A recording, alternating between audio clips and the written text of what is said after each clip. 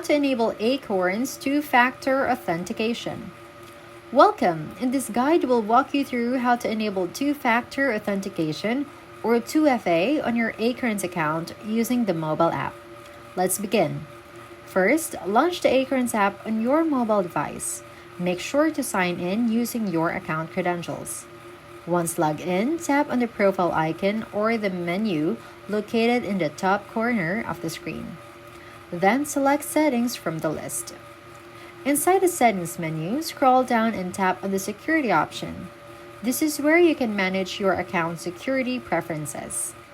Now tap on Two-Factor Authentication. This will begin the setup process for adding an extra layer of protection to your account. You may be asked to choose how you want to receive your authentication codes. The most common options are via SMS or using an Authenticator app. Select the method that works best for you. Follow the on-screen instructions to complete setup.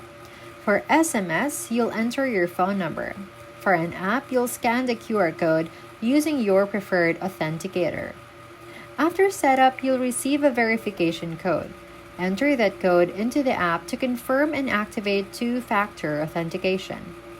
Great! You should now see a confirmation message indicating that 2FA is enabled.